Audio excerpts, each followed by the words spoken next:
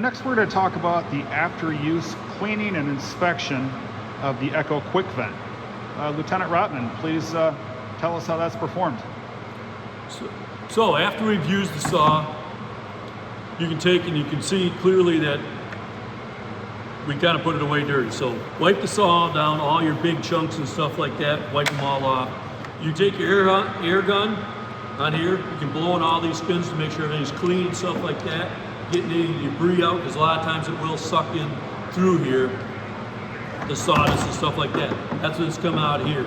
You can take this, blow this all in here, not a problem with the air gun. You're not going to hurt the saw. So then after that, you take this off. You had heavy use, and make sure your air filter, because remember it's sucking through here, through this, so it's going to get all dirty. This you can clearly see it's a little dirty. It's supposed to be nice and white like the inside. If we had one, we would change the filter right now, so we know we got to grab one.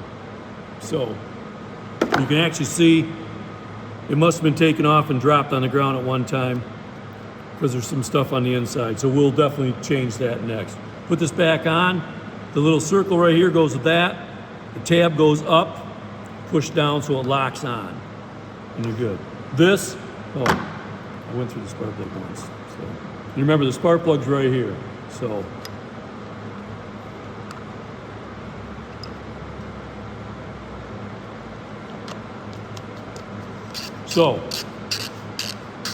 you're done with that.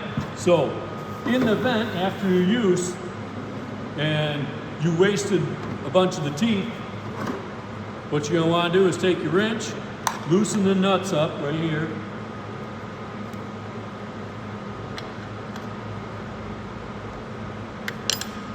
Don't need to take them off. Just, you usually go right even with the stud itself, the nut, so that makes this cover loose. Then take your tool, loosen the bar up a little bit. That's going to loosen your chain up. It takes all the tension off. See how loose it is now?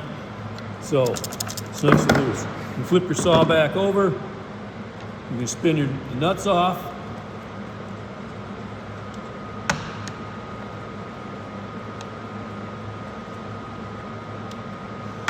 This is you want to check to see how dirty and clean stuff it is. It's got plenty of oil inside it, so we'll wipe it off. We'll clean it up a little bit. This right here is your brake mechanism, this right here. So this, if this has a bunch of debris and stuff in there and oil, you want to make sure that's cleaned out because that's your brake. Here's the other part of your brake right here. So this little tab. So you pull that off, here's your bar and your chain. So you're gonna lift this up, you can take your chain right off, and here's your chain. So you can take your bar off too if you want to clean it and clean the bar. A lot of times I'll take it off just to wipe this all down right here to make sure this is nice and clean. So would it be safe to take an air hose to that too? You can take an air hose to it. This has a lot of debris by it. The biggest thing is you just want to get all the crud that's all inside here off. You can clearly see that it hasn't been totally clean the last couple times.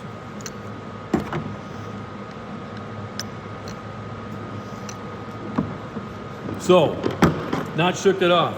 But here's the big trick. See the teeth? The teeth need to go to the front. So, when you put it on, teeth forward. If you put it this way, the saw will not cut. So, you always want your teeth going to the front. So, take your bar,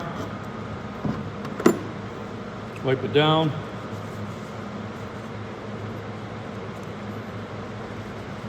If you want to, you can wear rubber gloves.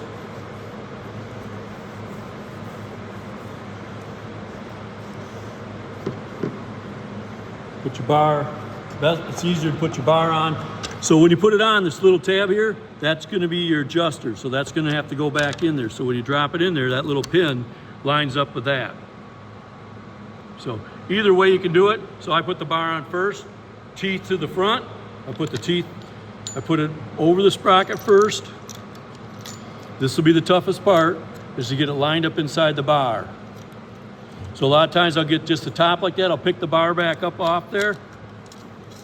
and I'll get it on the top so it's in the groove, and then I'll start working both hands left and right at the same time to get it into the bar. It takes a little bit then.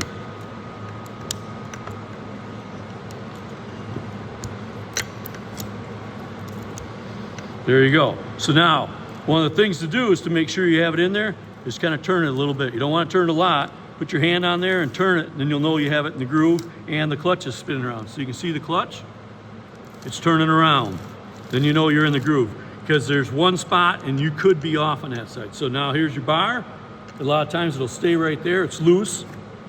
Take this again. Now this has to go in this little slot. This is your brake. Right here. That right here needs to go in that. So put that in there first. Line it up over your little studs. And then push down.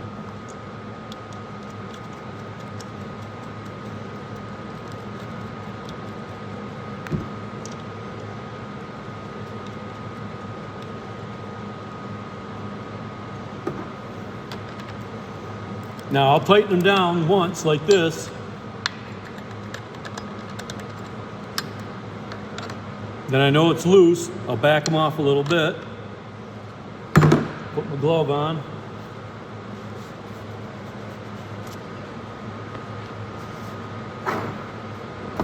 So I know the chain's really loose. You can see that. Super loose. So take the wrench again. And when you turn it, you watch the chain. It's loose, so I'm turning it. It's getting tighter. And you can see the bottom, so you want to make sure it's in the groove. I just take my finger, keep spinning a little bit.